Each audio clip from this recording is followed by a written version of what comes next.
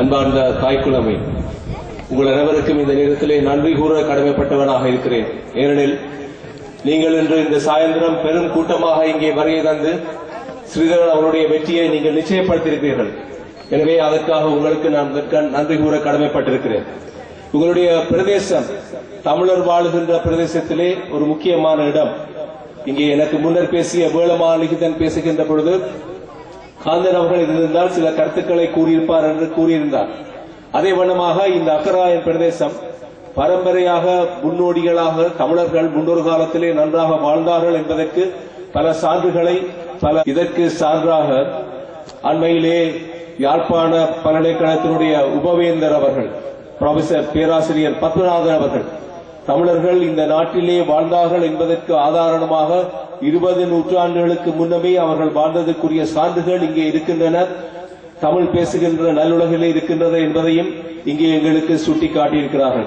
அன்பார்ந்தவர்களே, 7 வருடங்களுக்கு முன்னர் இதே மாதத்திலே நீங்கள் எங்கிருந்தீர்கள்?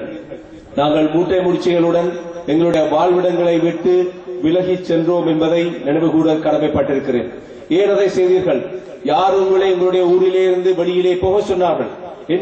என்ன கட்டளைக்கு நீங்கள் அடிபணிந்து நீங்கள் விலகி சென்றீர்கள்? சற்று சிந்தியுங்கள். எங்களுடைய மானத்திற்குரிய தேசிய தலைவர்களுடைய கட்டளையினீடாக எங்களுடைய பிரதேசத்தில் உள்ள அனைவருமே 2008ஆம் ஆண்டு ஆவணி திங்களிலே இதே போல ஒரு நாளிலே விலகி சென்றார்கள். காப்போதா சாதாரண தர பரீட்சையினுடைய முதலாவது நாளிலே குண்டுகளை பொழிந்தார்கள் வன்னேரி குளத்திலே. அங்கிருந்து நாங்கள் ஒவ்வொருவராக கிளம்பினோம். ஏன் சென்றோம்? ஒரு கட்டளைக்காக, ஒற்றுமையின் பலமாக இருக்க வேண்டும் என்பதற்காக முள்ளிவாய்க்கால் மட்டும் நாங்கள் சென்றோம். இப்பொழுது அந்த ஒற்றுமையின் பலத்தை காட்டுவதற்காகவே இப்பொழுது தமிழ் தேசிய கூட்டமைப்பாக தேர்தலில் இறங்குகிறோம். இந்த தமிழ் தேசிய கூட்டமைப்பை யார் உருவாக்கினார்கள்? இங்கே பலரும் பேசி சென்றிருக்கிறார்கள். தமிழ் தேசிய கூட்டமைப்பை உருவாக்கியவர் யார்? எங்களுடைய தேசிய தலைவருடைய பணிப்பின் பேரிலேயே இந்த பல கட்சிகளை சேர்த்து தமிழ் தேசிய கூட்டமைப்பை உருவாக்கும்படி அவர் கட்டளையிட்டார்கள். எனவேதான் அந்த கட்டளைக்கிணங்க அந்த கூட்டமைப்பை நாங்கள் கட்டி காத்து பேணி இத்தனை வருகாலமாக இதை உருட்டோடிக்கொண்டு நாங்கள் இங்கே வந்திருக்கிறோம். இந்த தேர்தலிலே நாங்கள் பேசுகின்ற பொழுது, தேர்தலிலே நாங்கள் எங்களுடைய வாக்குகளை நாங்கள் போடுகின்ற பொழுது ஒன்றை மட்டும் நாங்கள் ஞாபகத்திலே வைத்துக் கொள்ள வேண்டும். ஒரு சந்தர்ப்பத்தை இப்பொழுது நாங்கள் உலகத்துக்கு வழங்க வேண்டியவர்களாக இருக்கிறோம். பல வேளைகளிலே பேசுகிறார்கள், வடக்கு மாகாண சபை என்ன செய்தது என்பதை பற்றி பேசுகிறார்கள். ஒரு காரியத்தை மட்டும் கூறி வைக்க விரும்புகின்றேன். இனப்படுகொலை என்ற அந்த தீர்மானத்தை நாங்கள் நிறைவேற்றினோம். அந்த தீர்மானத்தை நிறைவேற்றியதன் பின்னராகவே இந்த உலகம் மிக வேகமாக உருண்டு கொண்டிருப்பதை நீங்கள் அவதானிக்கலாம்.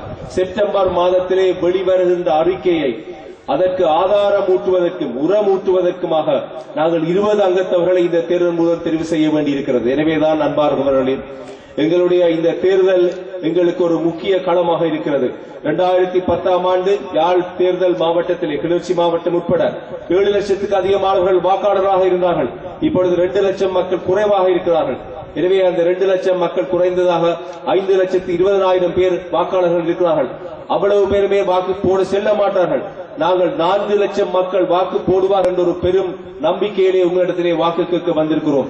இவ்வாறாக நாங்கள் செய்வதன் மூலமே நாங்கள் 7 அங்கத்தவர்களையும் யாழ் மாவட்டத்திலே இருந்து நாங்கள் தமிழ் தேசிய கூட்டமைப்பின் அங்கத்தவர்களாக பாராளுமன்றத்துக்கு நாங்கள் அனுப்பலாம். அவ்வாறாக 20 அங்கத்தவர்களை நாங்கள் அனுப்புகின்ற பொழுது ஒரு தொங்கு பாராளுமன்றம் ஏற்படுத்தக்கூடிய ஒரு வாய்ப்பு இருக்கிறது.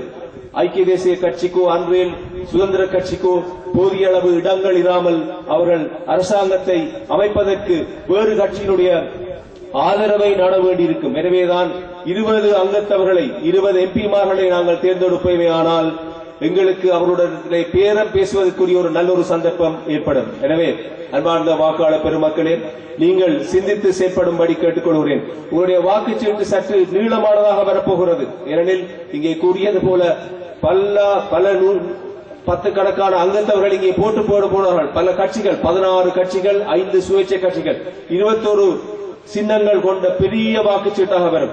எனவே நீங்கள் அந்த வீட்டு சின்னத்தை கண்டுபிடிப்பது உங்களுக்கு சற்று கடினமாக இருக்கும்.